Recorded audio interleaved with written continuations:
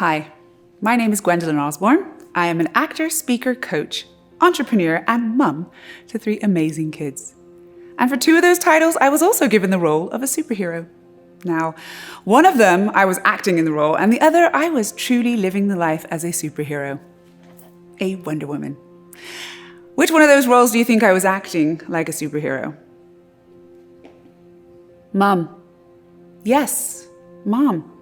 Well, how could that be, Gwendolyn? I mean, you must be mistaken because you're an actor, and when you're acting, you're playing a role, and that must have been when you were playing the role as a superhero, right? No. So, as a mum, you get Mother's Day cards that say, "Mum, you're a superhero," or "Mum, you're a Wonder Woman." And women typically only get these superhero titles for being a mum. And really, if we're being honest, we only hear this once a year, during Mother's Day. We're recognized for our extraordinary abilities to juggle work, the kids, and home, having it all and doing it all. That's what earns us the praise of being supermoms. What? No, that's not what I would describe as acts of a superhero or what being a Wonder Woman is. It sounds like adulting, doing the best you can with the time you have to get everything done with all the responsibilities on your plate. Now, don't get me wrong, us mums, we are incredible human beings that know how to handle our business and get things done. I am proud to be a mum of 3 talented and very creative children.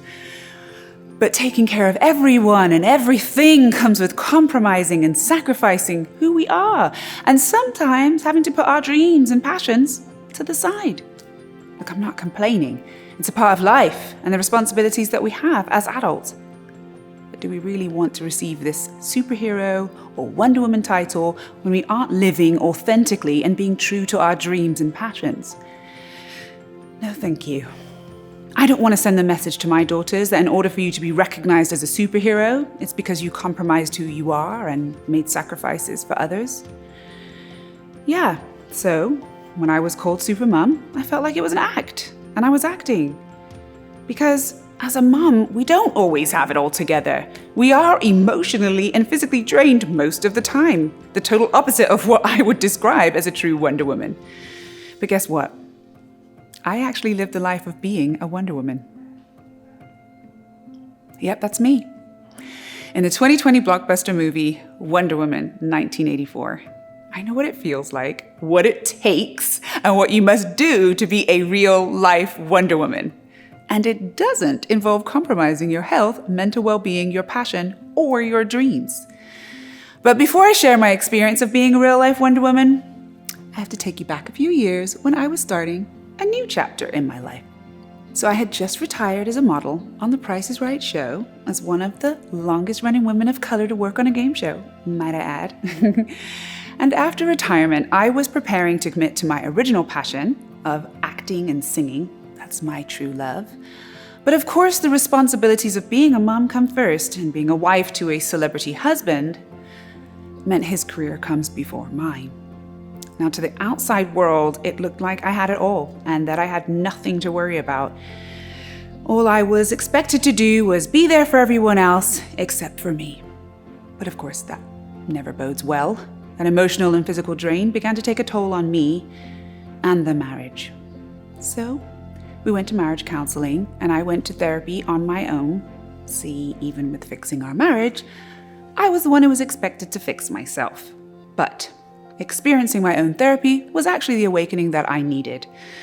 Our marriage counselor suggested that I try equine therapy. It's when you incorporate a horse through a therapeutic process of grooming them, feeding them, and leading them around the stable. Now, I was quite excited to train with a horse again because I had helped take care of a horse growing up in England with my best friend then. So I'm no stranger to horses, and I know how to handle them. When it came time, during my therapy session, to ride and lead the horse outside of the stable, I figured, I got this, no problem, because I've done this before. But I was wrong, because this horse was not interested in what I wanted to do. It just wanted to keep eating hay. He didn't want to have anything to do with me, and after several attempts of me trying to get him to go past the gate to leave the stable, I just gave up. I told the trainer, you know what? It's okay. It's all right. The horse doesn't really want to leave the stable. Just let him eat.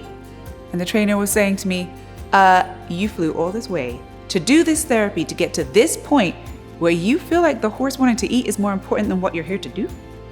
You did 90% of the work, but this is the last 10%. You're gonna give up? After she said that, my mind just spun into this deep vortex. Instantly, I was thinking about my relationship with my parents, my relationship to my career, and my relationship with my then husband. I had this overwhelming feeling of accountability for myself. I blamed everyone else for not giving me that last 10% when in fact, it was me all along. I'm responsible for my choices and my decisions. And the feeling of miscalculating my own accountability just left me bawling on this stubborn horse in the rain. She pretty much summed up what my life had been and what I had allowed. The compromises and sacrifices stripped away what I wanted out of life and who I truly was. And now, I have the choice to make a change. And so I said to the therapist, no, the horse getting food is not more important. So she's like, okay, well, that's good. Hold the rein this way, kick your leg that way. That is how this horse moves. And I still wasn't convinced that I could do it. I was like, it's a horse and I'm not gonna win this battle. It doesn't wanna listen to me. She said, it's a horse. He's gonna do what you tell him to do. But if he feels like he can tell you what to do, he's going to do it.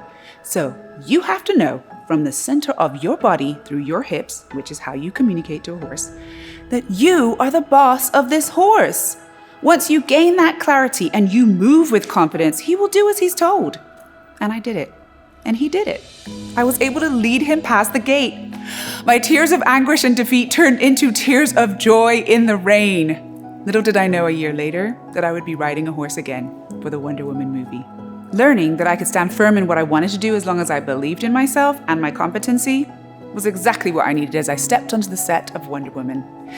I was one of the elite Amazonian women, training and competing with women half my age. That was intimidating. But what I learned from equine therapy was the foundation I needed to get over my insecurities and fears. I was able to focus on what was happening all around me.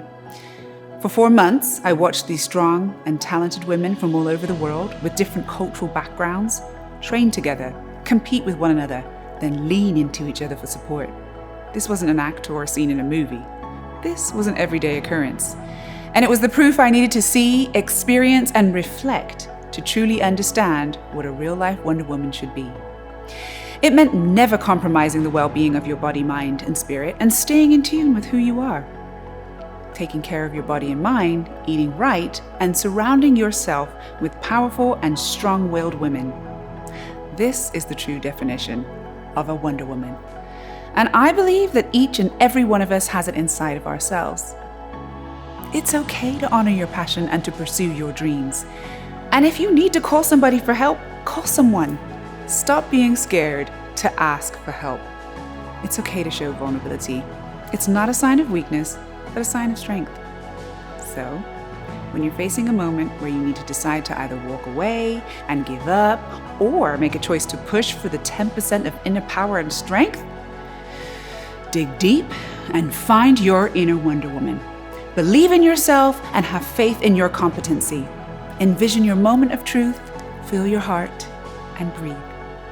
Now this is what I would describe as a true Wonder Woman moment. Thank you.